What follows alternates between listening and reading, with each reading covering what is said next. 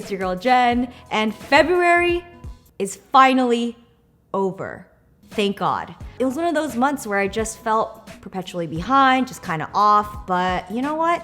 I am finally up to speed. Let's keep it poppin', keep it positive, and let's talk about my favorites of last month. I feel like Kaja has been around for several years on the internet, and they always have like popped because they have such unique and novel packaging.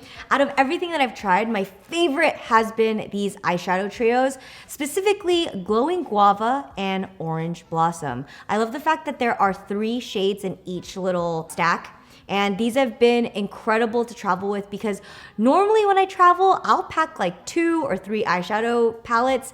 And I realized at the end of the day, I'm probably only using like 3 to 4 colors. So I thought that I would really minimize. And so when I went on my trip to Philly, I brought these. These trios have a great mix of mattes and glitters. And I would say Glowing Guava is the one to splurge on because there's just like more variation of the type of eyeshadow looks you can create with this. And this is what I am wearing on my eyes today. And I love Orange Blossom because this one has a lot more glitter. And I just love glitter. There's something about it. They're so buttery and they just make your eyes really pop. And they're just so stinking cute. And the sound is really satisfying when you like close it.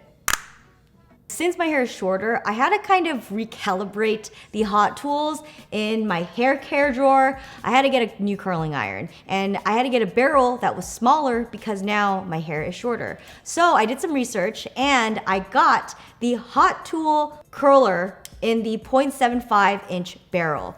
And this has literally changed the game for me. I feel like I finally got that effortless beachy curl with this wand and it was very reasonable. I didn't want to splurge and get like a super expensive curling iron because my hair is just gonna get longer. I am gonna do like a whole separate video on how I curl my hair, probably on IGTV, but it is a new technique on how I curl it than my longer hair. Because so this is how I'll do it. I'm just gonna show you from this like clip, even though it's not on. I'll wrap it around my hair and then I'll like literally drag it down like that. I guess that's the whole tutorial. I just do that to my entire head and then it looks like this. This is currently day 2 hair, so it just looks a lot more lived in and it definitely holds its curl. So love this guy. Next up, I've got some book favorites. I've got a fiction and nonfiction, but I guess we'll start with the nonfiction. Here I have Atomic Habits by James Clear. What can I say? I love me some self-development stuff. I mean, it's just like, it's singing to the choir. I love it. I think the biggest takeaway I got from Atomic Habits was just the power of a small change in your life every day that's for the positive. It's essentially like the compound effect. Like, if you get 1% better every single day, during that day, that 1% feels like nothing. However, if you zoom out and you realize you got 1% better every day, you like, well, in a year, you're gonna be like, holy cow. However, the flip side is if you get 1% worse every day, like, which doesn't seem like a lot, by the end of the year, you are like in the negatives. I feel like a good visual of this is like a jelly bean. Imagine you have a big jar and every day you put a jelly bean inside. I don't know, after a couple of years, that jar is full. You are full with jelly beans. It just reminds me that even though a small thing that I've done that was good for myself may not feel like a big amount, I know that I should be patient and that my small efforts are being compounded. My next book is called City of Girls, and I really want to thank you guys for recommending it to me. You guys basically said that because I enjoyed Seven Husbands of Evelyn Hugo, that I would love City of Girls. And you hit the nail on the head. This book had all the qualities I look for in a binge read. Number 1, it takes place in the 1920s, 1930s. For some reason, I just am obsessed with that time, especially in Hollywood and old glamour. I know this one takes place in New York. And even though there was a Great Depression, it didn't really affect her because number 2, she's absolutely loaded. Her family is very wealthy. And she's just like a beautiful girl that just like can't really get her shit together. So they just kind of like send her off to her quirky aunt that owns like this theater.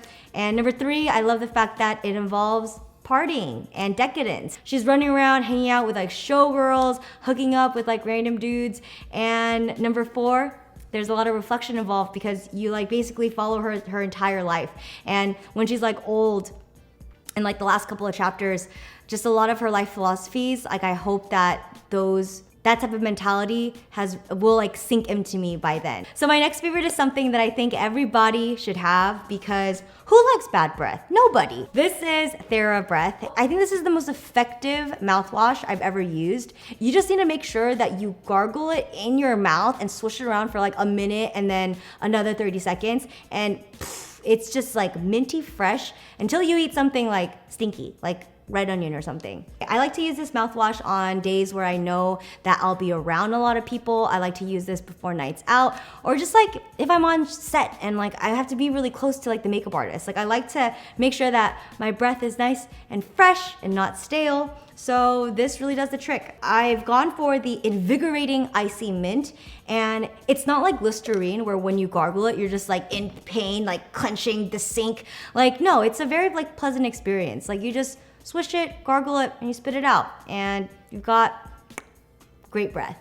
So my final favorite is something that we've been giving to Cheeky. I've been very curious about Open Farm. I know Sophie uses it to feed Luna and Leo, and it just like looks like such good quality food. I was like putting this off for the longest time because for years we thought that Cheeky was allergic to every type of food, because no matter what we were giving her, she was just like itching. So we had highlighted beef, chicken, and then duck, and then for a while she was only eating lamb. And then finally we took her to another vet, and they basically said, okay, like you need to put her on like an elimination diet.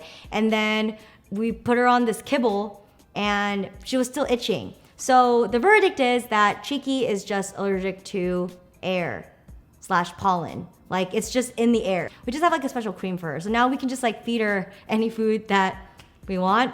So we just thought we'd like give her some quality food. You know, food is a huge part of my life, Ben's life, and obviously Cheeky's life. Like she has been loving this. We give her the surf and turf recipe, and it's just great because it's like ethically sourced. And I love the fact that I can pronounce everything on the ingredients list. Amazing. And then on top, I splash in the wild caught salmon rustic stew. To be fair, like I've never heard of like a dog stew, and I love stews and soups, so I thought, you know, Cheeky would probably love it too. So we just like drizzle that on the top, and it just, you know, makes her really happy. It's been a good 2 weeks since she's eaten this food. Her poos are like nice and healthy, and she's happy. Before I leave, I have also made a Spotify playlist for February. I essentially just accumulated all of my favorite love songs from all different parts of my life, and I put it into one playlist. So I will leave that in the description box, so pop that open. I'm like trying to make it a goal to make a playlist every month, and it's been fun. Please send me any music recommendations down below, and who knows, maybe it will come up in the next playlist of March. I want to thank you guys so much for watching, and I'll see you guys in the next one. Bye! Mwah.